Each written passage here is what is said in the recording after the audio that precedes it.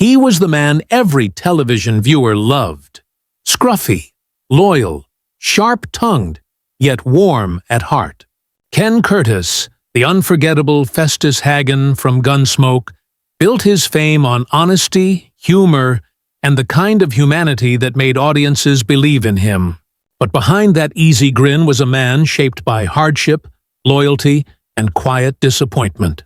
Born Curtis Wayne Gates on July 2, 1916, in Lamar, Colorado, Ken's childhood was unlike anyone else's. He grew up in a jailhouse. His father, Dan Gates, was the sheriff of Bent County, and the family lived in an apartment directly above the county jail.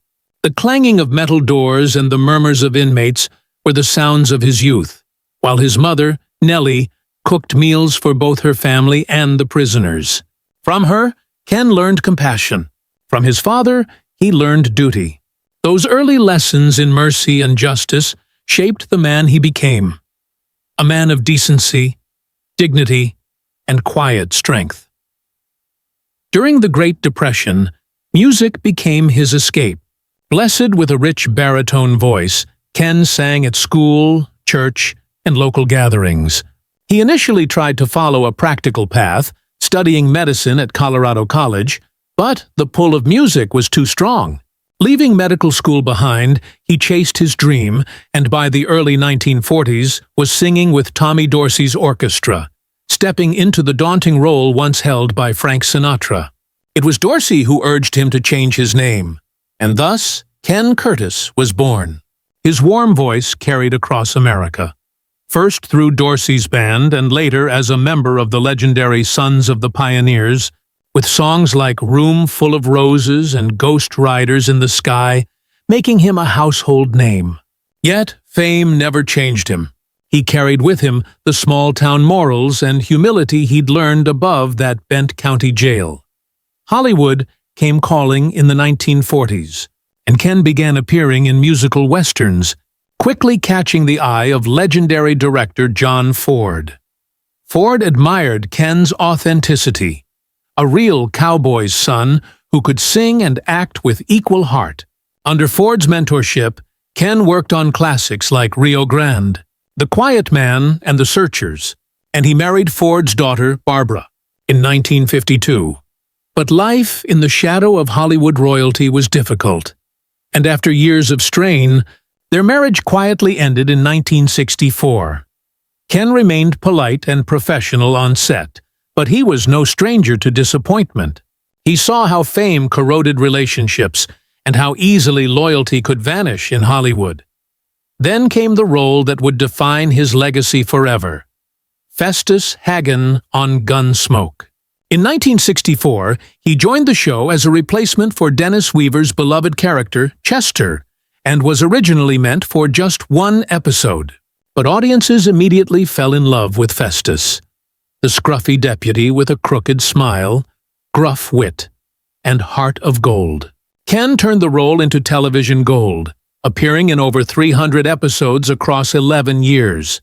Still, behind the scenes, tensions brewed. He respected James Arness, who played Marshal Matt Dillon, but resented the star's control over storylines.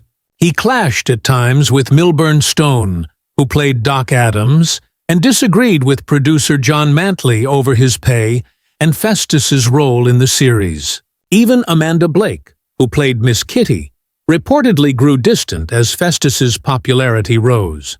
And though he never worked alongside Dennis Weaver, Ken grew tired of endless comparisons between their two deputies.